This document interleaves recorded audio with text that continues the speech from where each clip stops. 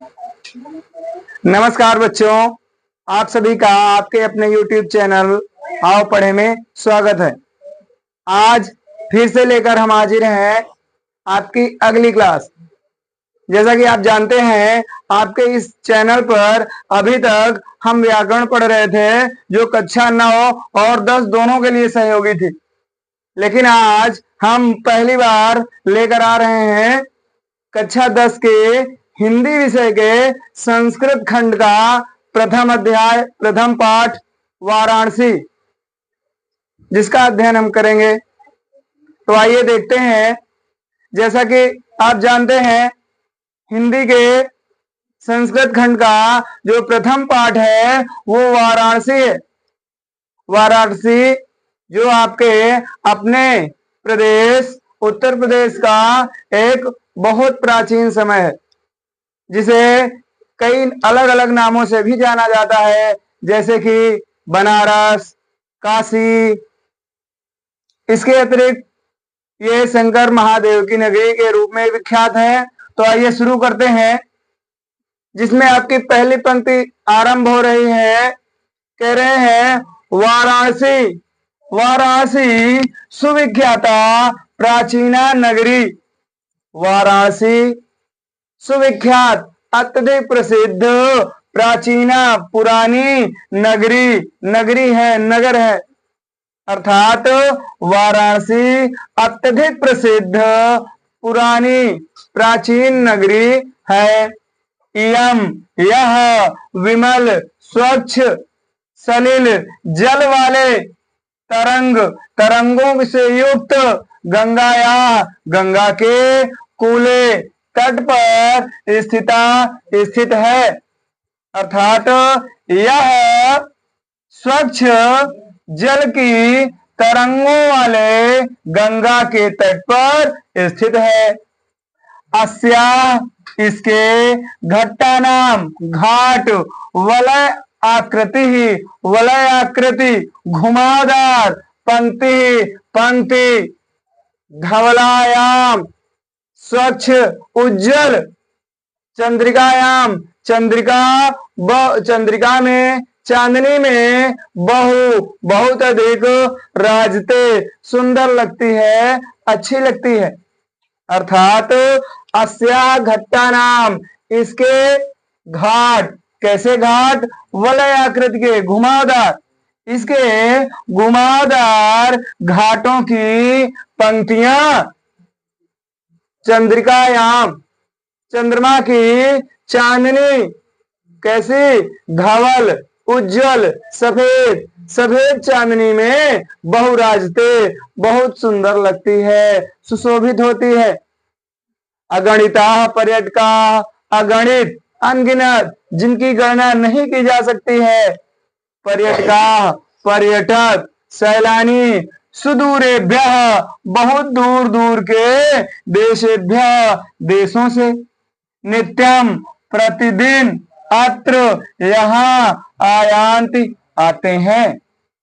अनगिनत पर्यटक दूर दूर देशों से यहाँ प्रतिदिन आते हैं।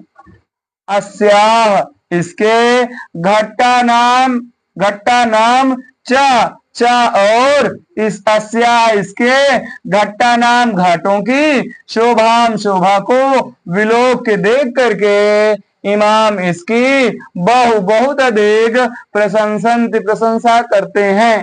अर्थात अनगिनत पर्यटक दूर दूर के देशों से यहाँ प्रतिदिन आकर के आते हैं। और अस्या घट्टा नाम इसके घाटों की शोभा को देखकर इमाम इसकी बहुत अधिक प्रशंसा करते हैं। इसके पश्चात अगला पैराग्राफ शुरू होता है हमारा। अगला पैराग्राफ कह रहा है वाराणस्याम, वाराणसी प्राचीन कालात एव, विच्छेद करेंगे तो प्राचीन कालादेव हो जाएगा, प्राचीन कालात एव, वाराणसी प्राचीन काल से एव ही, गेहे गेहे घर घर में, विद्याया विद्या की दिव्यम अलौकिक ज्योति प्रकाश द्योतते दे रहा है। मतलब वाराणसी में प्राचीन काल से ही घर घर में विद्या की अलौकिक ज्योति प्रकाशित होती है।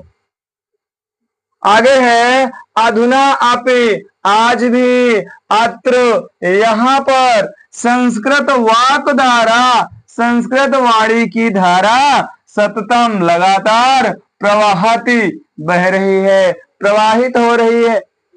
आज भी यहाँ पर संस्कृत वाणी की धारा निरंतर लगातार प्रवाहित हो रही है।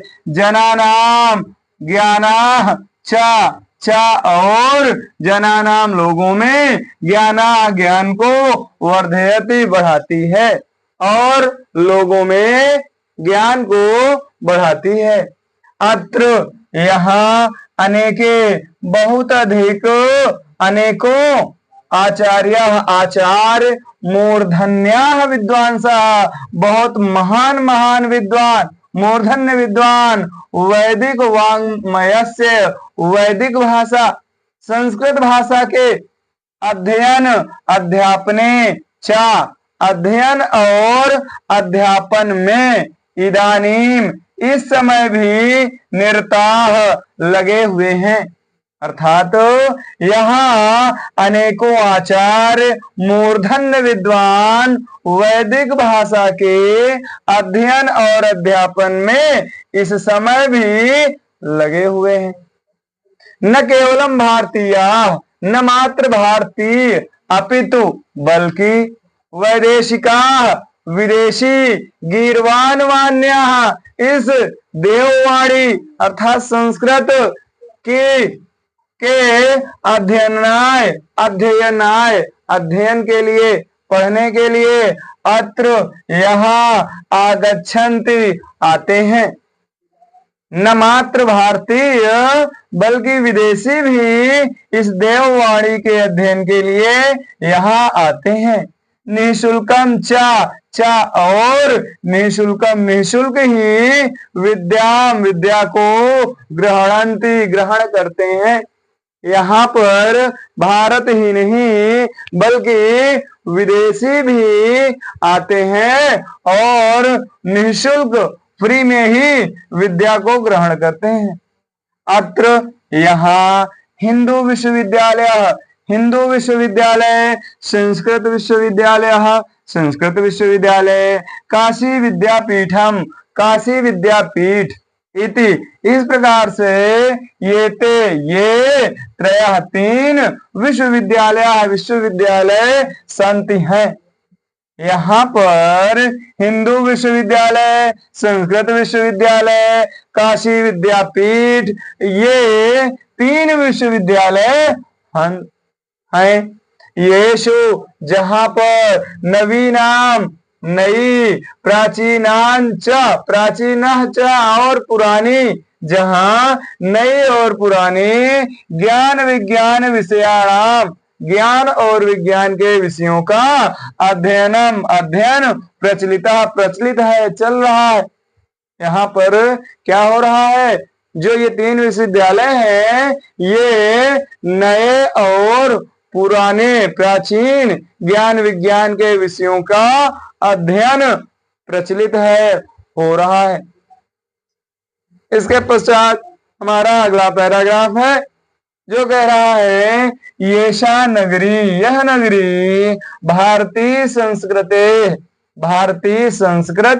संस्कृत भाषा या चा और संस्कृत भाषा की केंद्र स्थलम अस्ति, केंद्र स्थली है। यह नगरी भारतीय संस्कृति और संस्कृत भाषा की केंद्र स्थली है। इत एव यही संस्कृत वाङ्मय से, संस्कृत भाषा के, संस्कृते चा और संस्कृत की आलोक प्रकाश को सर्वत्र चारों ओर प्रसरता फैलाता है। यही संस्कृत भाषा और संस्कृत के प्रकाश को चारों ओर फैलाता है। मुगल युवराज दाराशिको अत्रागत यहाँ आकर भारतीय दर्शन शास्त्राणाम भारतीय दर्शन शास्त्रों का अध्ययनम अकरोत अध्ययन किया था। यहीं पर मुगल युवराज दाराशिको ने भारतीय दर्शन शास्त्रों का अध्ययन किया था। स वह तेषाम उनके ज्ञानेन ज्ञान से तथा इस प्रकार प्रभावित हुआ यत की तेन उनका उन उपनिषदों का अनुवाद फारसी भाषा में कारिता करवाया। वह उनके ज्ञान से इस प्रकार प्रभावित हुआ था कि उन उपनिषदों का अनुवाद फारसी भाषा में करवाया। अब अगला पैराग्राफ है, कह रहा है इयम नगरी यह नगरी विविध धर्माणाम कई प्रकार के धर्मों की संगम स्थली है, मिलन का स्थान रही है।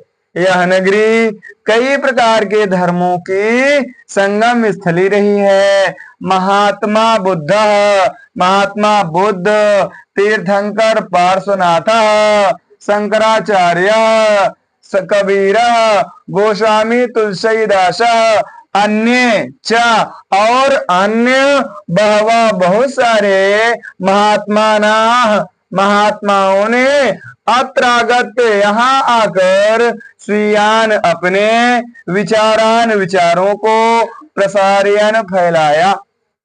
महात्मा बुद्ध तीर्थंकर पार्श्वनाथ शंकराचार्य कबीर गोस्वामी तुलसीदास और अन्य कई महात्माओं ने यहाँ आकर अपने विचारों को फैलाया। न केवलम दर्शने न मात्र दर्शन साहित्य धर्मे धर्म अपितु बल्कि कला क्षेत्र में भी यह नगरी विविध प्रकार की कलाओं शिल्पानां च और शिल्पों कृते के लिए लोके संसार में विस्तृता प्रसिद्ध है। न केवल दर्शन साहित्य धर्म बल्कि कला क्षेत्र में भी यह नगरी विविध प्रकार के कलाओं और शिल्पियों के लिए संसार में प्रसिद्ध है। अत्रत्याः यहीं की कौशे रेशमी शाटिका साड़ियां देश में सर्वत्र चारों ओर सभी जगह इस प्रहंते पसंद की जाती हैं। यहाँ की रेशमी साड़ियां देश में मतलब हर जगह सभी के द्वारा पसंद की जाती हैं। इसके पश्चात है अत्रत्याः यहाँ की प्रस्तर पत्थर की मूर्तियां प्रथिताः प्रसिद्ध है। यहाँ की पत्थर की मूर्तियां भी प्रसिद्ध हैं। ये निजाम अपनी प्राचीन पुरानी परंपराओं को इदानीम अपि इस समय भी परिपालन करती है। यह अपनी पुरानी परंपराओं का इस समय भी परिपालन करती है। तथैव इसी प्रकार से इसीलिए कवियों के द्वारा गीयते गाया गया है। इसीलिए इसकी महिमा को कवियों ने भी गाया है। क्या कहा है? मंगलम मरणम यत्र विभूति यत्र भूषणम। मंगलम मरणम जहां पर यत्र जहां पर मरणम मरना भी मंगलम मंगलकारी हो, कल्याणकारी हो। जहां पर विभूति ही विभूतियां राख ही जहां की भूषणम आभूषण हो। कौपीनम यत्र कौपीनम लंगोटी ही यत्र जहां की कौशेयम रेशमी वस्त्र हो। ऐसी काशी की ओ मापते किसके द्वारा केन किसके द्वारा मापते मापा जा सकता है, इसकी तुलना किसके द्वारा की जा सकती है, अर्थात किसी के द्वारा नहीं।